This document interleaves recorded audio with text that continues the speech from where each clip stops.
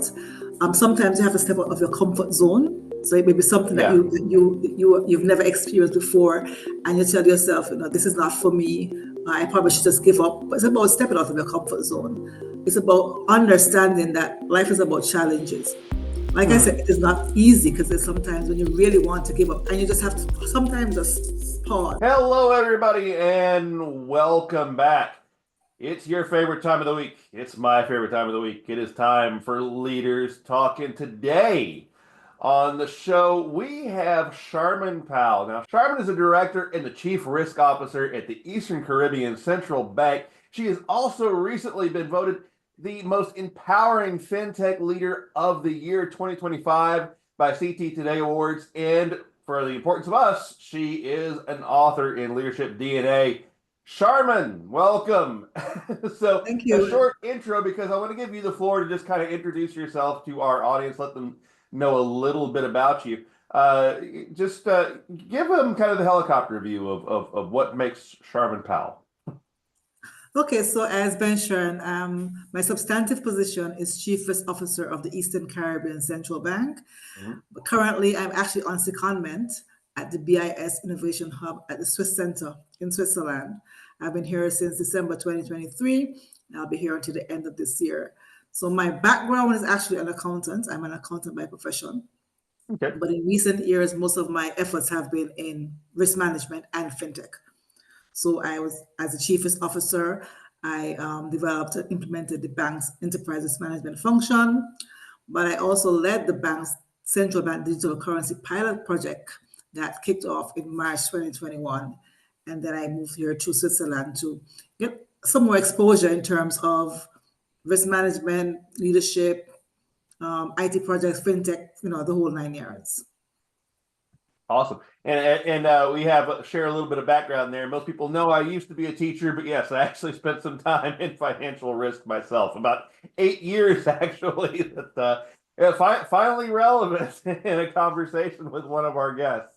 So Sharmyn, tell me a little bit about so that's your background, but what exactly kind of inspired you to go into the idea of authorship, and what was driving you in that direction?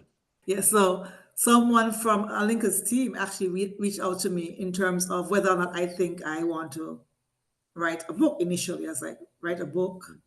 I've never thought of it. And then the whole idea of contributing to an anthology came up. And as we had the discussion, it kind of piqued my curiosity in terms of, that is another way I can actually make a contribution, because ultimately my aim is to make a contribution. My aim is to bring others along. My aim is to light a path that others can follow. So when that discussion came up and I explored it, it was something that piqued my curiosity. And eventually I did make the decision to do it. Okay. Well, tell me a little bit about, let's back up a couple steps. Tell me a little bit about this drive to help and to make a contribution. So what about that has been inspiring you to move forward with authorship? Yeah, so as I've come through my career, I have had experience I've had the benefit of being in various leadership positions. Right. And what I've learned from that is the importance of bringing others along, importance of elevating others. And actually, what has inspired me most, I think, is the fact that having conversations with persons, whether it's those I've actually led or even persons who I may not have led directly, and hearing about how I have inspired them, whether through my work, whether through my interactions, it kind of, fueled me to go in that direction. And I've always been about service, about helping others, but it kind of spread it even further, having that kind of feedback. And because of the opportunities I have had myself and where it has taken me, I see the importance of it, and it just makes me want to have others get that same opportunity to be able to elevate themselves as well. Yeah. Give me a little bit of a rundown of exactly what your chapter is telling our audience, and just so that they can kind of know before they kind of get into it. Right. So the chapter is basically about my leadership journey.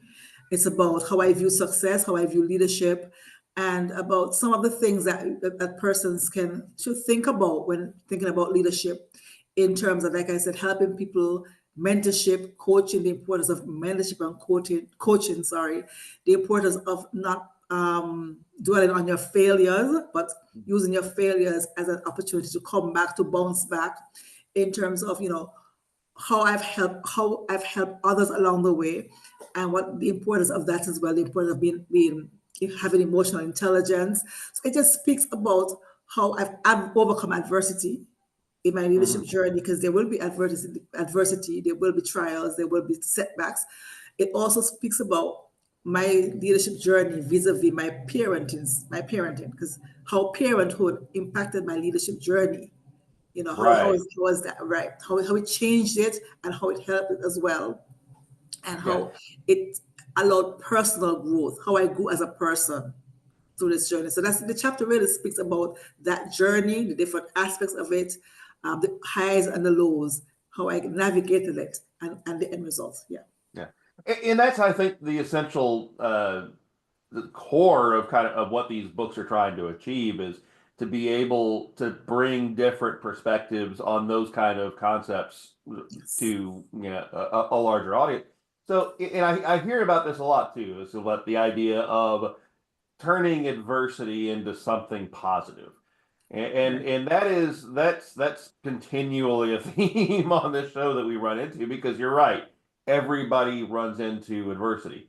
Yes. Adversity will find you. You don't Yes. have to look for it. We'll Trouble you find you. don't have to dig for. Trouble will always be there. So tell me a little bit about that, because I know that that's going to be something that, maybe a new entrepreneur or someone that's getting into business for the first time, they're going to have to deal with those kind of things. So, just give our audience a little bit of a preview. What do you feel is how you've overcome those kind of things in the past, and just from your own personal experience, however you want to bring it in. Yeah. Yes. So the first thing I would say is that it's not easy. So I'm not here to say that if Never you is easy. haven't heard If it was easy, we adversity. wouldn't be doing writing. Have to write books about it to help everybody. Yes, and also it's about knowing that there's some difficulties that you probably would not get over fully. You just have to find a way to navigate around Right.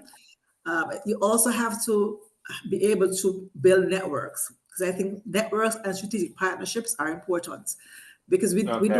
we don't succeed in a vacuum. You will never succeed alone, and so the idea is to be able to align yourself with the right persons, with the right networks, form the right alliances, form the right partnerships to be able to navigate some of these challenges. It's not always it's not always necessary to reinvent the wheel. There are other persons who may have gone through something. I think sometimes the challenge that we have is that we want to do it alone. We want to be the hero in our story, and we all want that at some point in time. But it's to have that emotional intelligence to know when to reach out for help. Mhm. It's knowing when it's too much for yourself, when you have to step out. Sometimes you have to step out of your comfort zone. So it may be something that Yeah. you've never experienced before, and you tell yourself, this is not for me. I probably should just give up. But it's about stepping out of your comfort zone. It's about understanding that life is about challenges. Like I said, Hmm. it is not easy, because there's sometimes when you really want to give up, and you just have to sometimes just pause, step back, take some time before Yeah. you approach it again. But ultimately, it's about never giving up. Because if you give up, you'll always be playing with the what ifs. What if I didn't? What if I did? Yeah. It's about not giving up. And sometimes what I've found, some of those challenges or adversities present an opportunity that you didn't know Right. you Yeah. needed. That's It what I presents was going an to actually ask opportunity. you. Yeah. It presents a change that you didn't know you needed to make. So it's not always bad. It starts out as bad sometimes, but then at the end of the day, it's for the greater good. Hmm. So it's about having that mindset to want to move forward. If you want to move forward, then you will find a way. If you give up, Right. yeah. If once you want to move, so you have that motivation, that forward vision, that long term goal you want to get to, then Yeah. you will find a way. It may take, you may have in mind, I want to do this in 2 weeks. It may take 6 weeks, but perseverance is important. You have to persevere. It Right. may mean stopping and starting and stopping and starting a couple of times, but it's about perseverance, or else you'll never get to the end goal. Yeah. And that is so important. The idea that adversity is not necessarily just a bad thing.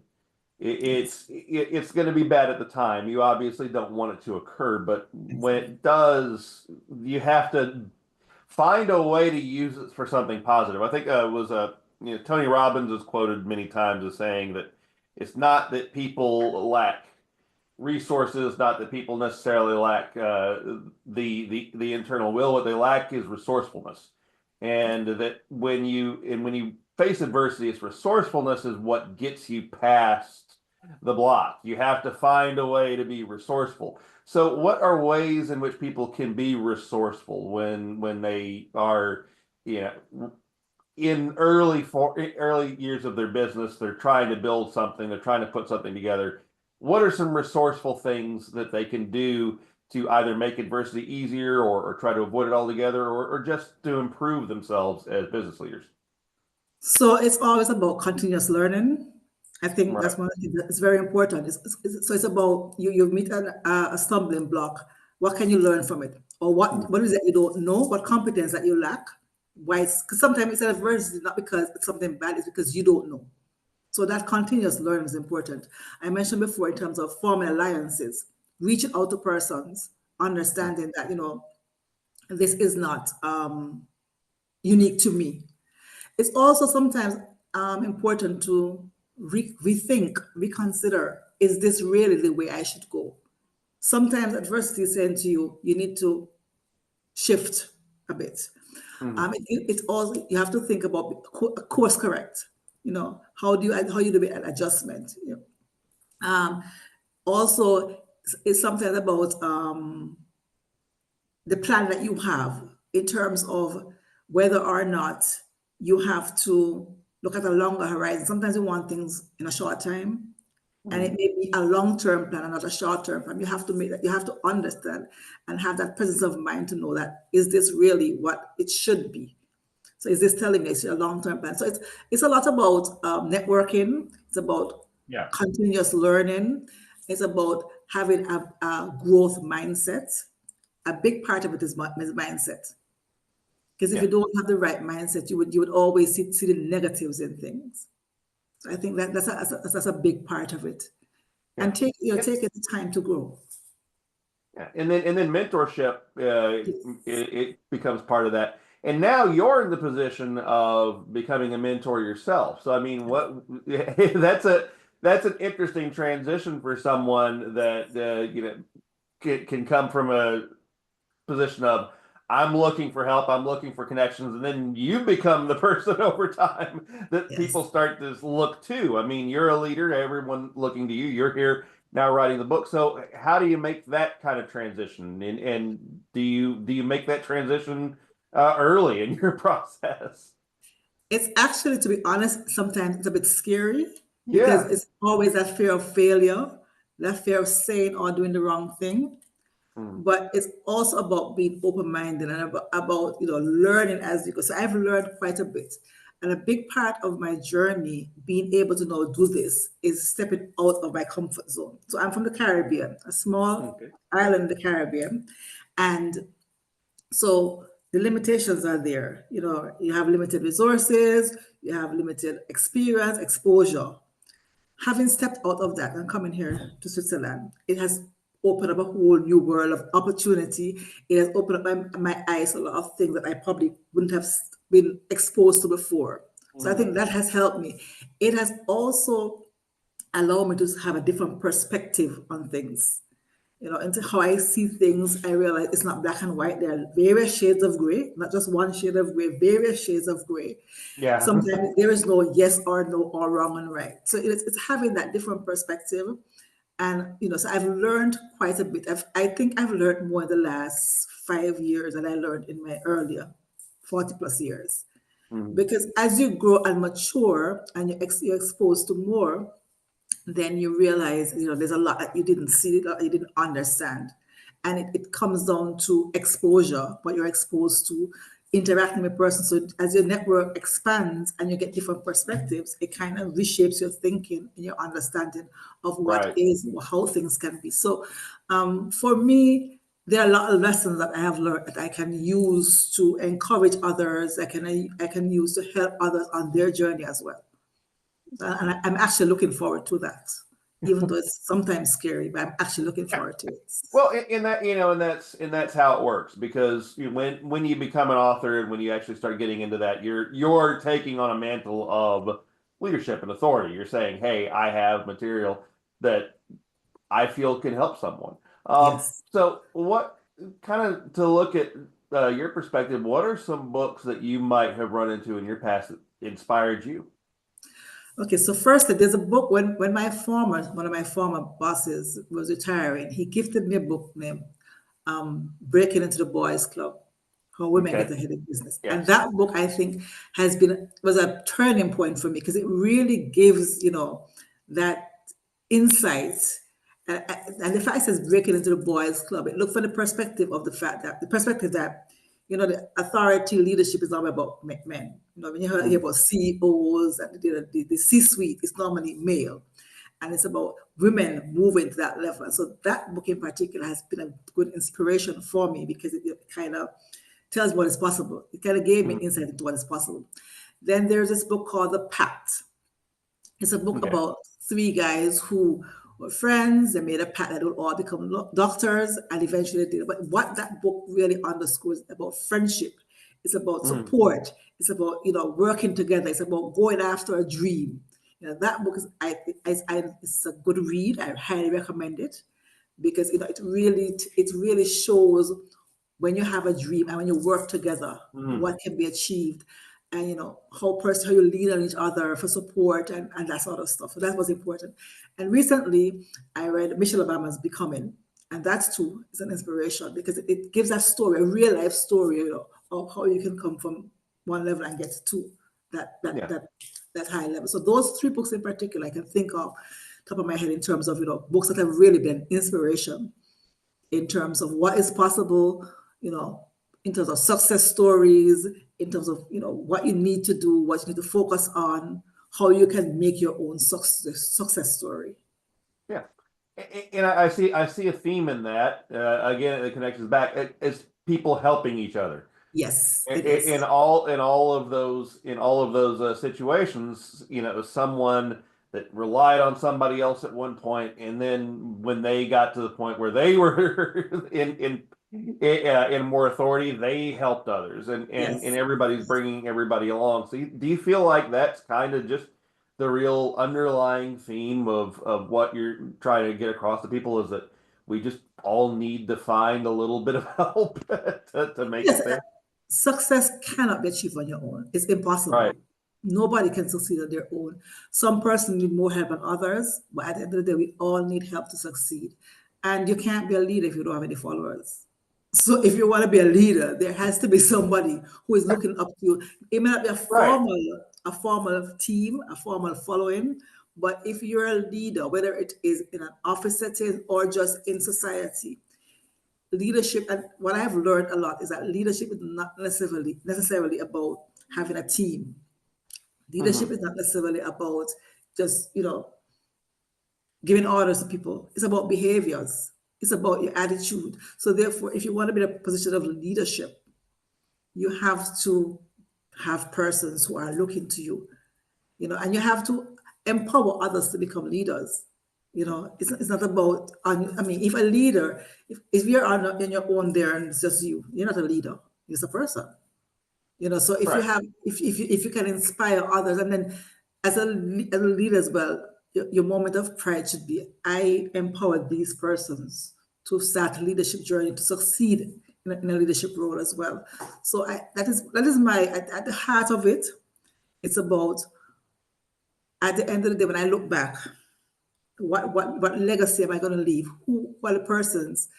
In my chapter, I spoke to that in terms of what the yardstick I use to measure, if I've been a success, if I've had success in my leadership journey, in terms of bringing other people along, in terms of helping other persons, in terms of, being that example that others Yeah. can look to. Yeah. And it's all about the chain of education too. It's all, Yes. that's, as an old educator as well, one of the things that I've always seen is that, leadership starts with education. Yeah. And it starts with learning at first. And then once you learn, you have a duty as a leader to impart upon others the education that you've reached in the position that you're in. And I think that many leaders miss that, or people that aspire to be leaders miss that, they miss that really their first duty is education. But I think you're getting it Because yeah.